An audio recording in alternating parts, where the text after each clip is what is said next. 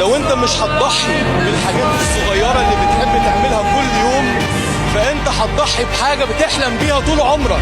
محدش هيحبك لو انت فاشل، حتى انت مش هتحب نفسك لو انت فاشل.